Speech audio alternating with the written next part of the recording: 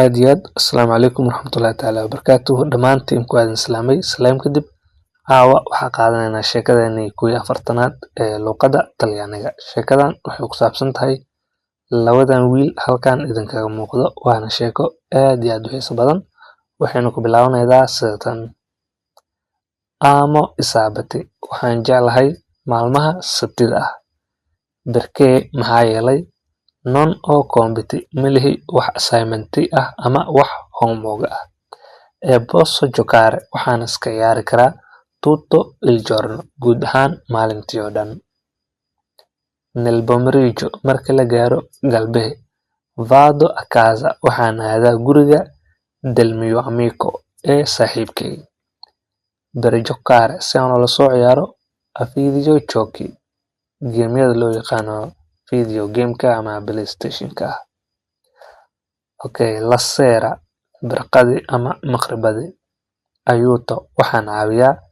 mia sorella walaasheeda afaare si aan ula sameeyo buskud ama busketi okay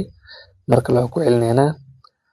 amo isaabati waxaan jeclahay maalmaha sabtida ah berkee maxaa yeelay non oo compiti milihi assignmenti ama homework ee posso giocare waxaan iska ciyaari karaa tutto il giorno guud ahaan maalintii oo dhan nel pomeriggio marka la gaaro galbihi ama 11 saac meelahaas vado waxaan aadaa a casa guriga del mio amico ee saaxiibkay per giocare si aan ula soo ciyaaro a videogiochi bahalkan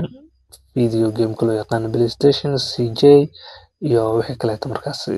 la midka ah la sera barqadi ayuuto mia sorella waxaan caawiyaa walaasheeda afaare si aan ula sameeyo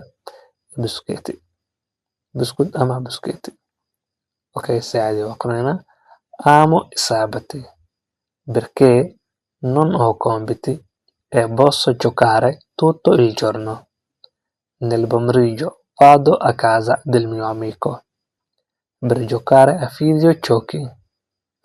la sera aiuto mia sorella a fare i busketi okay Soomaaliya ku aqrinaynaa waxaan jeclahay maalmaha sabtida ah maxaa yeelay melihi wax homework ah ama assignment ah waxaan iska ciyaari karaa guud ahaan maalintii oo dhan galbihi marka la gaaro waxaan aadaa guriga saaxiibkay si aan ula soo ciyaaro playstation barqadina waxaan caawiyaa walaasheeda si aan ula sameeyo buskud aad iyo aad waa cashir aad iyo aad u fudud aad iyo aad u kooban A1 ah waxaan rajeynayaa inaad fahanteen hoos waxaa ku qoran haddii aad fahantay kusoo qor commentiga waa fahmay haddii aad fahminna soo qor ma fahmin si aan kuu fahansiino okay ciao ciao